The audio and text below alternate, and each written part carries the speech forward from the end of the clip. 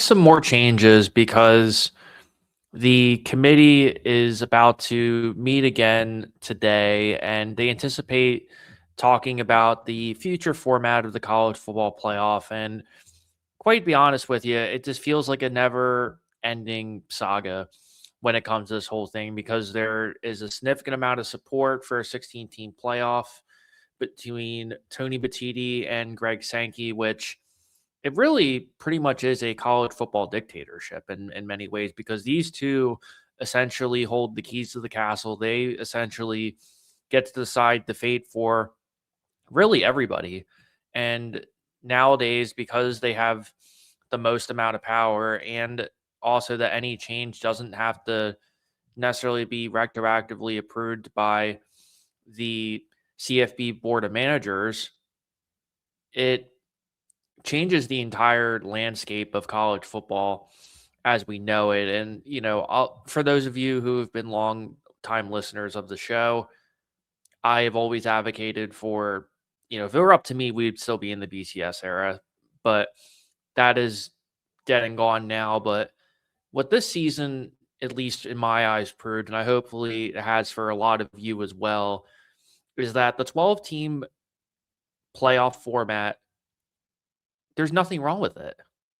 The only tweak that they have to make to this whole thing is all they have to make it is that the ACC champion gets an automatic bid, the SEC champion gets an automatic bid, Big 12 champion gets an automatic bid, the Big 10 gets an automatic bid, and one group of five school gets an automatic bid, and then there's 7 openers, and then you rank them accordingly. That's it. The conference champions should still automatically get an auto bid, but there's still 7 left over.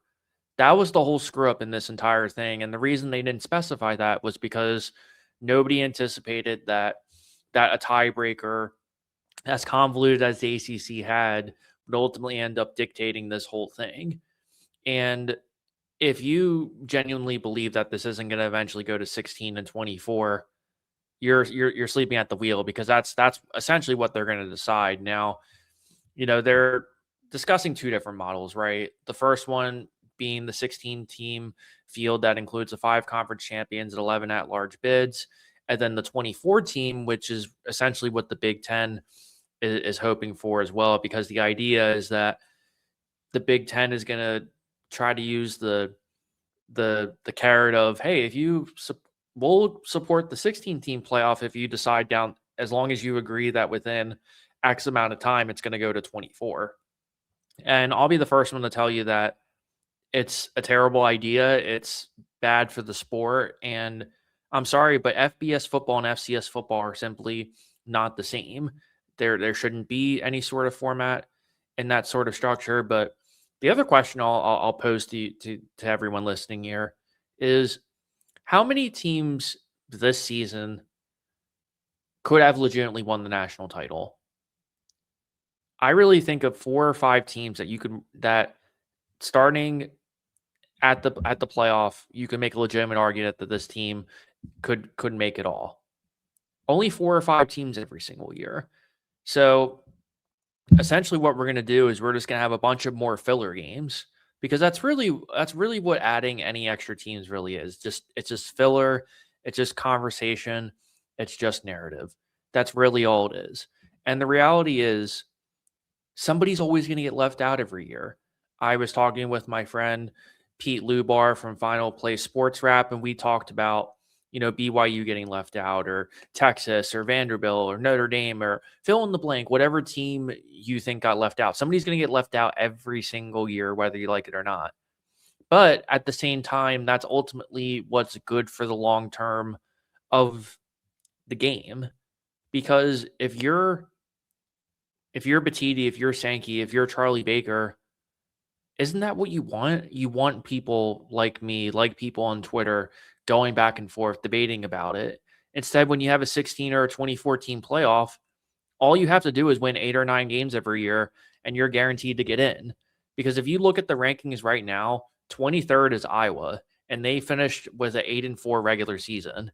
So that's just a long-winded way of me saying that we're going to get to a point where if it does end up being 16 or 24, and it doesn't really matter whether you win your conference championship or not. There's going to be teams like Oregon, for example, and Ohio State that go 9-0, 10-0, and they're going to pull what they do in the NFL, which is after week 17, week 18, when you know you made the playoffs, they're just going to rest their guys. And there's no incentive for them stopping. I mean, the NCAA is not going to come down and find them. There's nothing that anybody can do about it. And that's ultimately going to catapult into it being bad for the product as a whole, because the format that you have right now and the reason why conference championships need to matter is that you're eliminating those type of scenarios that I spelled out from happening by limiting the amount of teams that are in, by keeping the format as unconvoluted as possible.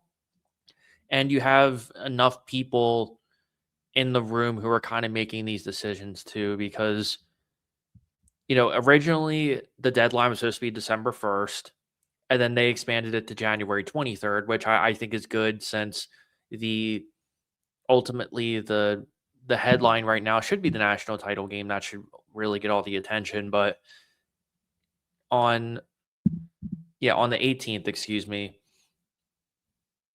Notre Dame athletic director, the 11 presidents and chancellors who comprise the board of managers are all supposed to kind of meet together and figure this out. But ESPN, Yahoo Sports, they've all interviewed the individual commissioners. They talked to Jim Phillips, they talked to Brett Yardmark, and it's complicated because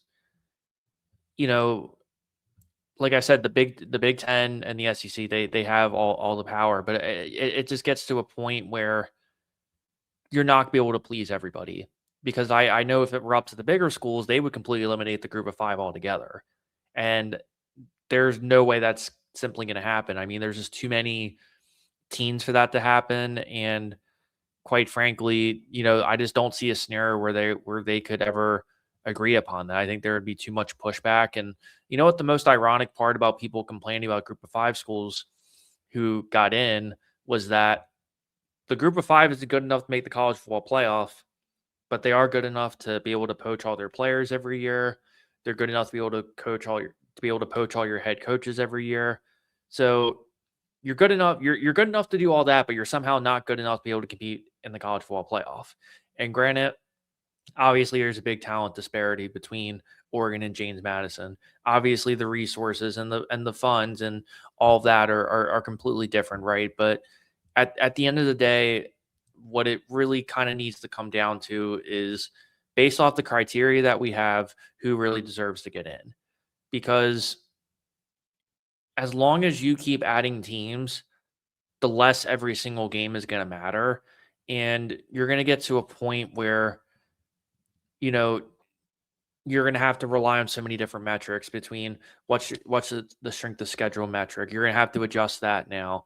You're going to have to adjust you're going to have to adjust the rankings every week. You're going to have to do all these different things that ultimately are going to end up being bad for the game. And, also it's worth mentioning too, what's the trickle down effect when it comes to bowl season? Now more than ever, people are watching more and more bowl games every single year. I mean, even the Pop-Tart Bowl between BYU and Georgia Tech, which was one of my favorite games of the season, got upwards of like 6 million people watching that, which was an incredible game. But if you continue to expand the playoff, that's also going to trickle into that, because as of right now, there are 41 FBS bowl games now, and that includes the 6 college football bowls.